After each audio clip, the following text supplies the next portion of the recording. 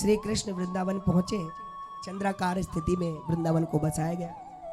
ये खबर बरसाने पहुंची और श्री राधा रानी श्री कृष्ण के दर्शन करने के लिए।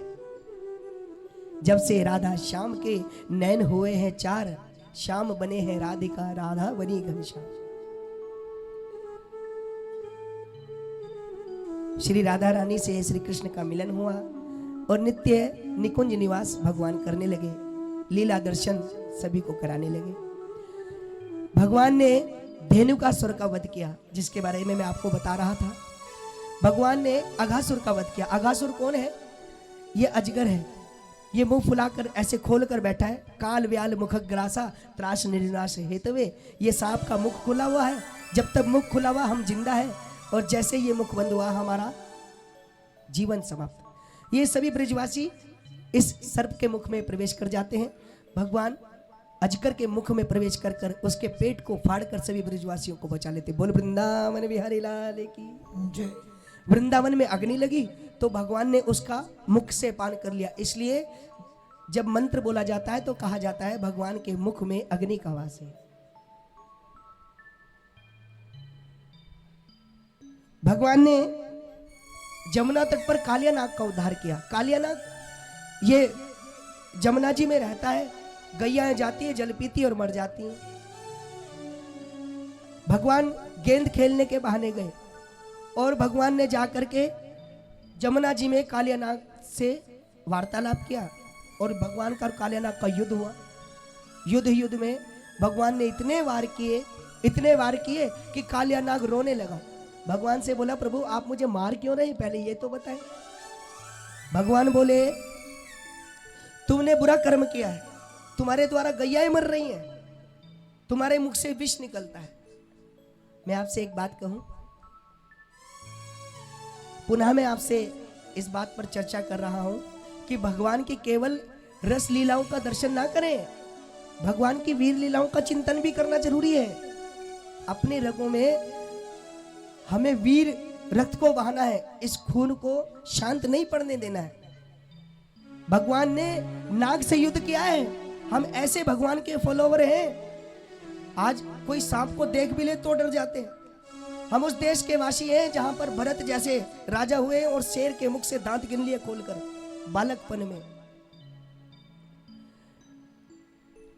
कभी कभार सत्संग ना, कभी कभी तो सत्संग हमारी स्थिति खराब भी कर देता है, क्षमा करना। मैं कह रहा था ना, बोधहीन ही आज बैठकर बोध कथाएं गाते।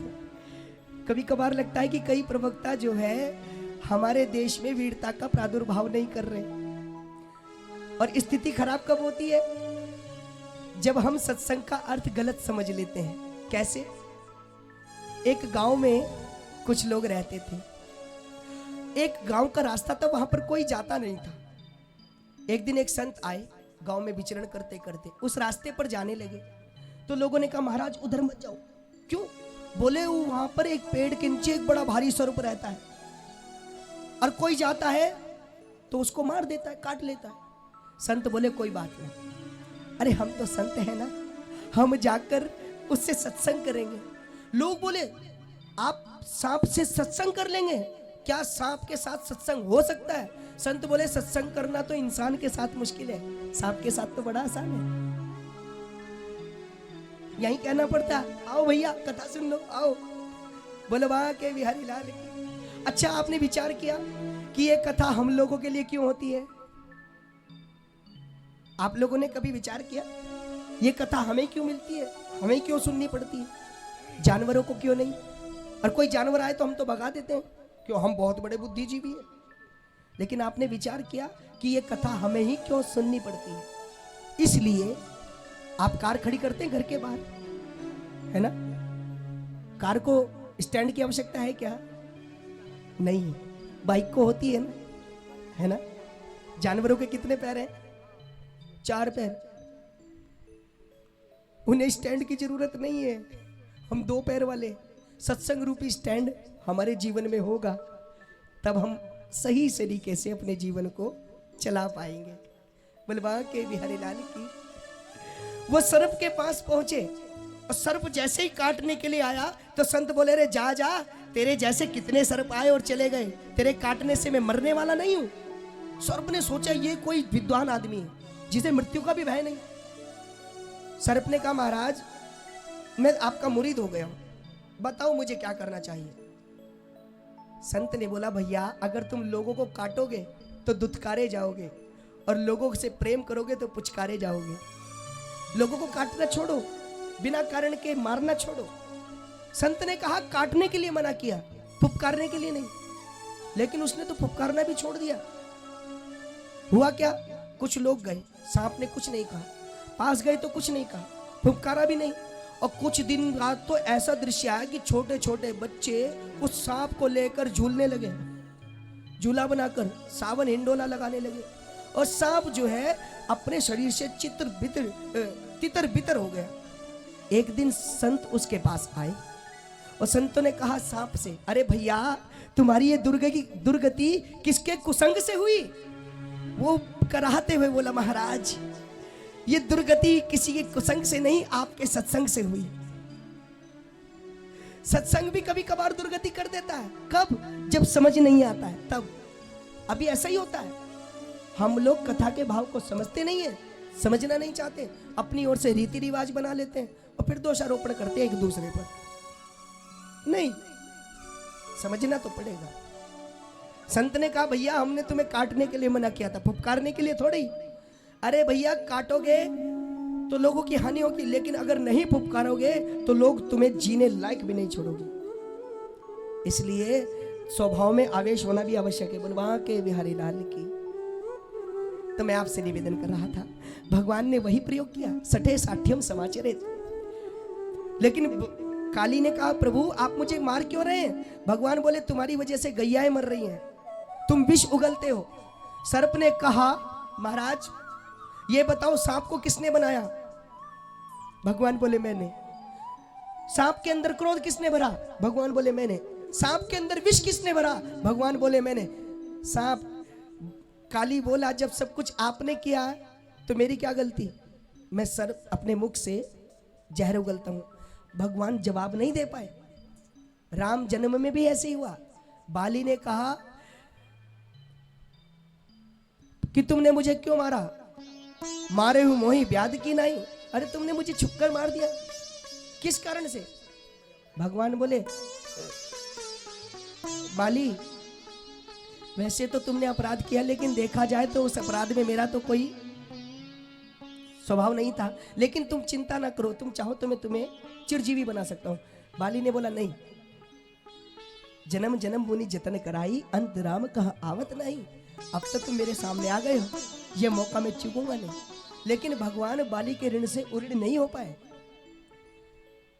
तो कालिया नाग ने कहा प्रभु मेरी कोई गलती नहीं। भगवान बोले देखो जो होना था सो हो गया, तुम रमणक दिक पर जाओ।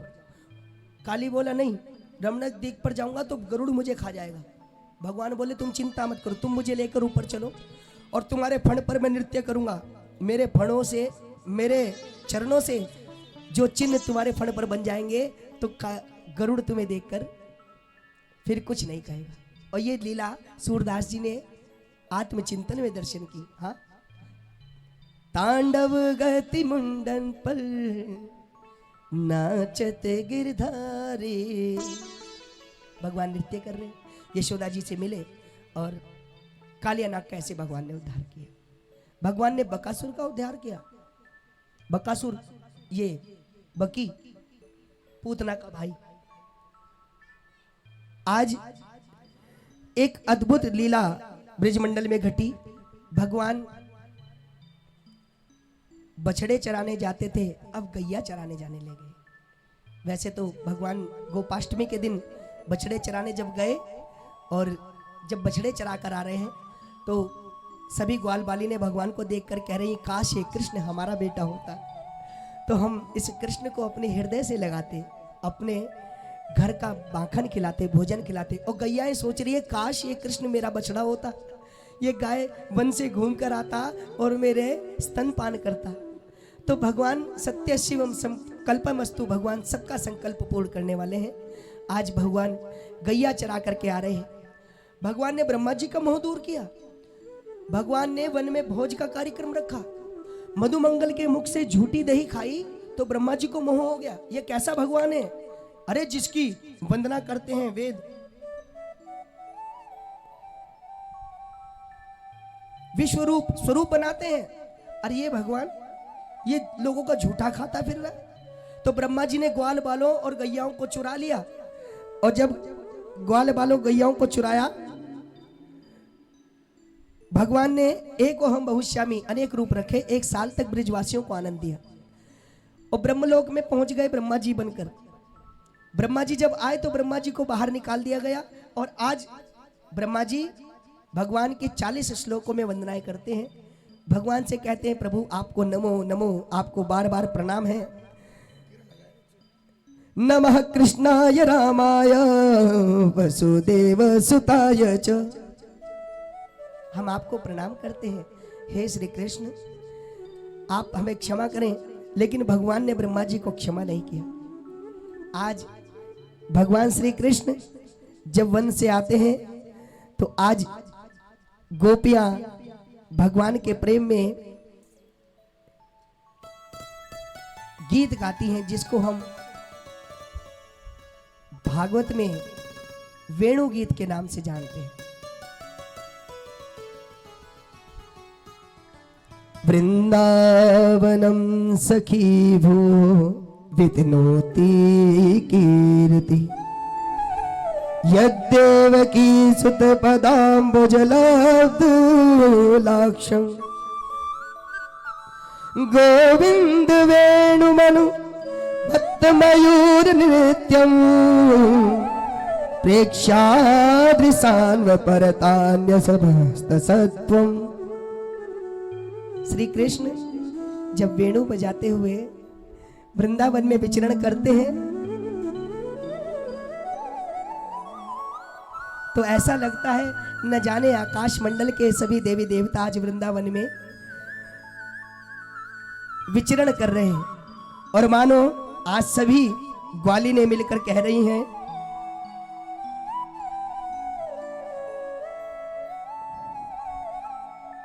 बाके बिहारी के बांसुरी बाकी, जो सूदो करे जामे घाव करे रे।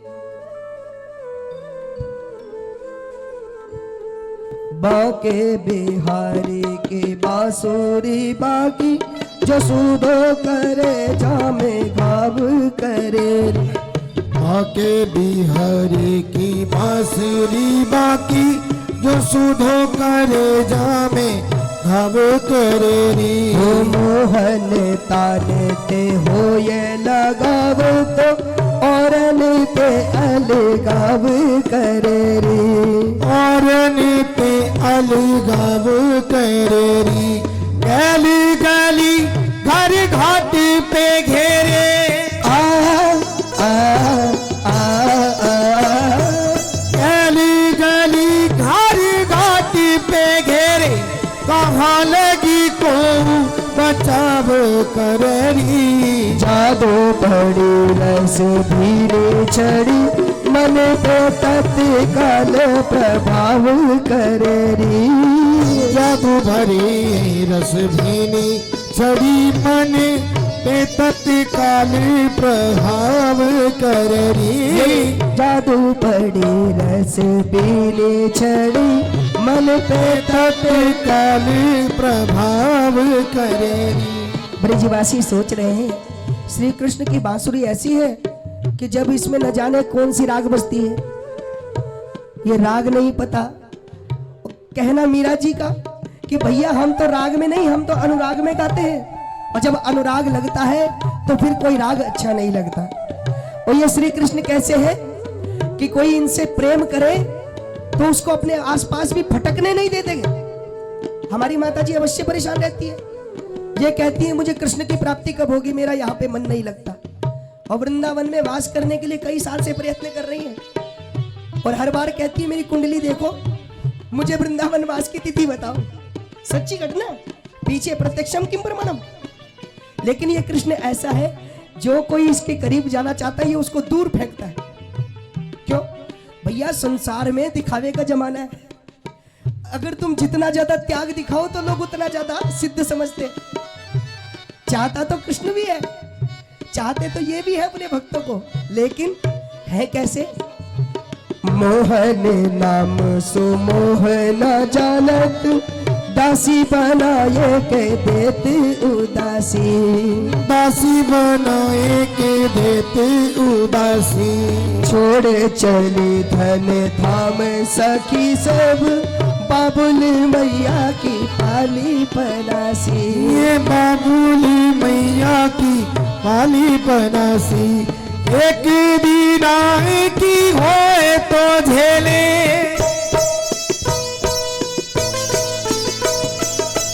एक दिन की जो होए तो झेले, सतावती बांसुरी बारह मासी। सोने की होती तो काकती होती, भई गल फांसी ये बांस की बांसी। बांसी सोने की होती तो क्या कती होती, भाई गली फांसी ये बांसी की बांसी। ये बांसुरी बांस की है तो ये हाल कर रखा है, अगर सोने की होती तो जाने क्या कर देती। और मैं आपसे निवेदन करूं, गोपियां बांसुरी को आज बहुत बुरा बुरा कह रही हैं। ये बांसुरी ने ऐसा कौन सा कर्म किया कि श्री कृष्ण इससे इतना प्रेम करते हैं? कितना बोलते, अपने होठों का तकिया दिया हुआ, आंखों की पलकों से पंखा झल रहे हैं, हाथों से इसके चरण दबा रहे हैं। किसी ने कहा कि इसने ऐसा कौन सा कर्म किया है? एक सखी बोली, मैं जानती हूँ। क्या? बोले, बांसुरी जब बनती है ना तो गरम गरम लोहे को उसके सीने के अंदर देगा, ऐसे समाया जाता है, और उसके अंदर जो गांठ होती ना, गांठ, उसको जलाकर बाहर निकाला जाता है। और इतना ही नहीं, ये आर पार जब खोखली हो जाती तो भी इसके सीने में छेद किए जाते हैं। इतनी तपस्या करने के बाद तो ये भगवान की प्रेमी बनी है। हाँ, लेकिन गोपियां चिढ़कर कहती हैं ये बांसुरी बड़ी बुरी है। कानन कानन बाज रही और कानन कानन देते सुनाई। कानन कानन देते सुनाई। काने न मानत पीर न जानत, का करे कान करे अभिमाई। का करे कौन करे अभिमाई। हरि अधीरामृत पानी करे।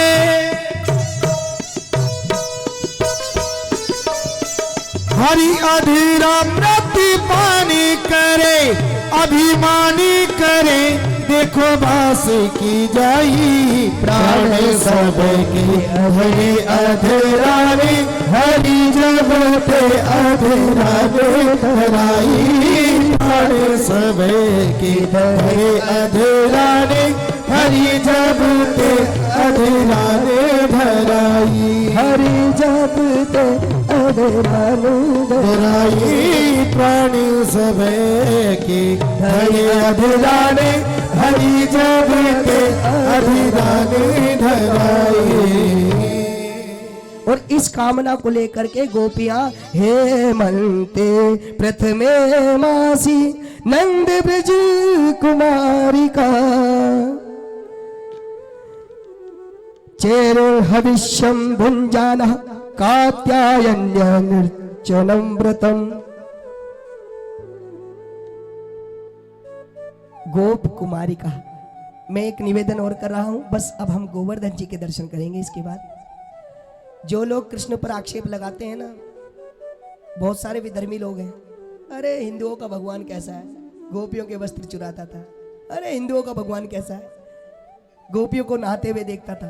अरे मैं आपसे कहता हूं, दुनिया में आज भी 6-7 वर्ष के बालक को पता नहीं होता काम वासना क्या होती है, बताओ। जबकि आज आप चैनल पर देखो, मोबाइल पर देखो, लैपटॉप पर देखो, पूरी दुनिया का सबसे अनलगल जितना भी सबसे बुरा चरित्र चित्रण है वो दुनिया पर मोबाइल हाथों में, पर इसके बाद भी 7 वर्ष के बालक में काम नहीं होता। अरे श्री कृष्ण अभी 6-7 वर्ष का बालक है।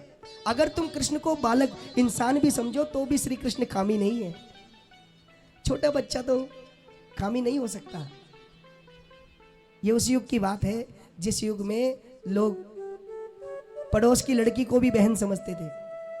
आजकल तो लोगों को पता नहीं क्या हो गया, वो अपनी बेटी को बेटी नहीं समझते। बोल वहां के बिहारी लाल की ये कुमारी है। हम आपसे पूछते कुमारी कौन होती है जी, बताएं। कुमारी, कुमारी किसको कहते हैं? कुमारी किसको कहते हैं? जिसको हम कन्या रूप में जिमा सके, जिसको मासिक धर्म नहीं होता, वो कन्या कुमारी होती है। इसके बाद जब वो 12-13 वर्ष की आयु क्रॉस कर जाती है तो वो क्या हो जाती है फिर? हाँ, फिर वो किशोरी हो जाती है। तो ये कुमारिका है जो कृष्ण को पति रूप में, यानी कि पति का मतलब कोई शादी करने वाला पति नहीं होता। अगर पति करने का मतलब शादी होता तो राष्ट्रपति की शादी 100 करोड़ लोगों से हो जाती। हाँ, पति का मतलब शादी नहीं होता। प्रधानमंत्री हम सबका पति होता फिर नहीं। सेनापति पूरी सेना का पति होता है, यानी कि रक्षक, रक्षा करने वाले को पति बोलते हैं। बोल बांके बिहारी लाले। और इन गोप कुमारिकाओं ने कात्यायनी मैया के सामने प्रार्थना की है।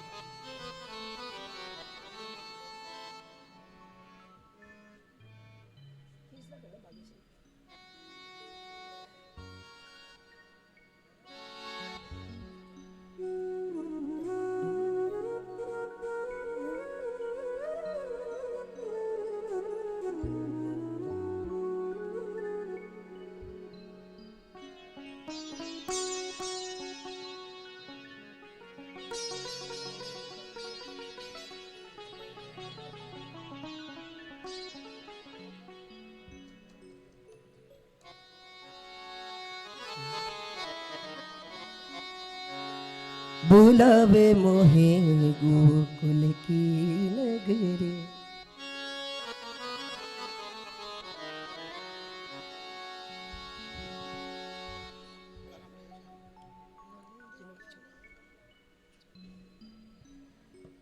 तो मैं आपसे निवेदन कर रहा था, ये सभी कन्याएं कात्यायनी वही महामाई की पूजा करती हैं। श्री कृष्ण इनके वस्त्रों का हरण करते हैं, मानो इनसे कहना चाहते हैं कि नदी में नग्न स्नान करना भगवान वरुण देव का अपमान होता है।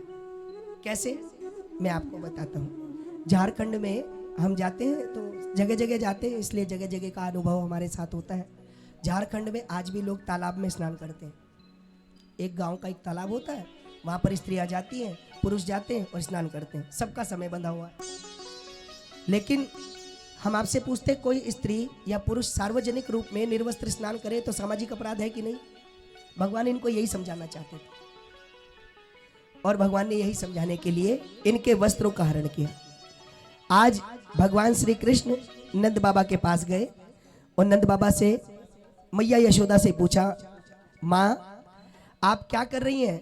मैया यशोदा ने कहा, बेटा हमारे यहाँ इंद्र की पूजा की जाती है, हम उसके लिए पकवान बना रहे हैं। भगवान ने पूछा क्यों? तो मैया यशोदा बोली, ज्यादा बातें मुझसे मत करो, अपने पिता से पूछो। पिताजी ने कहा, इंद्र हमको वर्षा देते हैं, हमारी सभी मनोकामनाएं पूर्ण करते हैं, इसलिए हमें इंद्र की पूजा करनी चाहिए। भगवान बोले, ये तो उचित नहीं है। अरे इंद्र की वजह से वर्षा होती है तो इसका मतलब ये थोड़ी है कि हम इंद्र को सब कुछ मान लें। इंद्र का काम है वर्षा करना। कैसे? क्या इंद्र कभी ये सोचते हैं वर्षा करवाते समय कि ये बुरे आदमी का खेत है, इसमें बारिश नहीं करवानी? नहीं ना। ये इंद्र भगवान के केवल पार्षद हैं। ये भगवान की सेवा करते हैं, ये इनका काम है। अगर तुम्हें सेवा करनी है तो प्रकृति की करो। प्रकृति की सेवा के रूप में हम अपने वृक्षों की, पर्वतों की पूजा कराते। बोल बांके बिहारी लाल की। वृंदावन मैदानी क्षेत्र है, फिर गोवर्धन पर्वत वहां कैसे आया? ये हिमाचल की बहुत ऊंची चोटी है जो पुलत्स्य ऋषि इनको रावण की लंका में बसाना चाहते थे। ये अपने कहने से उठा कर लेकर के, इनको प्रार्थना करके लेकर के गए। लेकिन इनकी प्रार्थना थी कि महाराज अगर आप एक ही बार में मुझे लंका तक ले गए तो मैं बस जाऊंगा, और अगर नहीं ले जा पाए, जहां पर आपने मुझे बैठा दिया तो मैं वही विराजमान हो जाऊंगा। एक छोटे से चने के रूप में उनकी हथेली पर बैठे, और वृंदावन आते ही इन्होंने अपना इतना भार बना लिया, इतना भार बढ़ा लिया कि पुलत्स्य ऋषि सहन नहीं कर पाए। क्यों?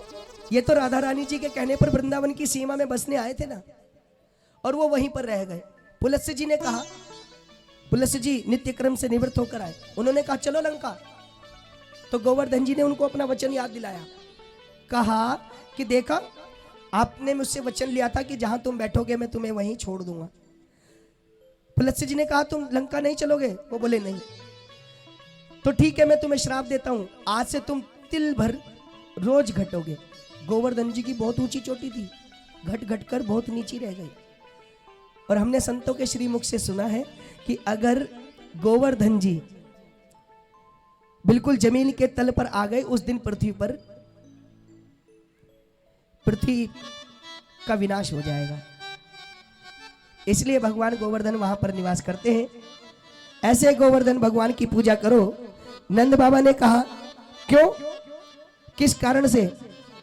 तो मानो भगवान कहते हैं कर्मण जायते जंतु कर्मणैव विलीयते सुखम दुखम भयम क्षमम कर्मणैवाभिपद्यते। पिताजी, कर्म के आधार पर जीव को गति मिलती है, सुख दुख योग क्षेम सब कुछ उसको कर्म के आधार पर मिलती है। तो फिर कर्म के आधार से ज्यादा फल किसको मिलता है? तो भगवान गीता में कहते हैं अनन्या चिंतयोन्मा ये जना पर्युपासते तेषाभिनित्य युक्तानां योगं क्षेमं वहाम्यहम्। आज नंद बाबा श्री कृष्ण की बात को मानकर आज गोवर्धन जी की पूजा करने के लिए जा रहे हैं।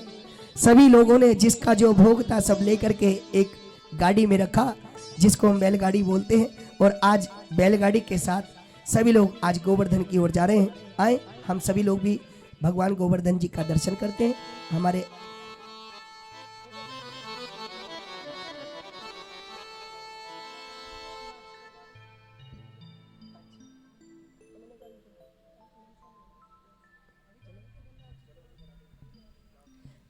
सभी ब्रिजवासी गोवर्धन जी पर पहुंच गए और सभी लोग गोवर्धन जी का पूजन कर रहे हैं। आओ पहले हम गोवर्धन जी का पूजन ग्रहण करते हैं, फिर हम परिक्रमा और आनंद का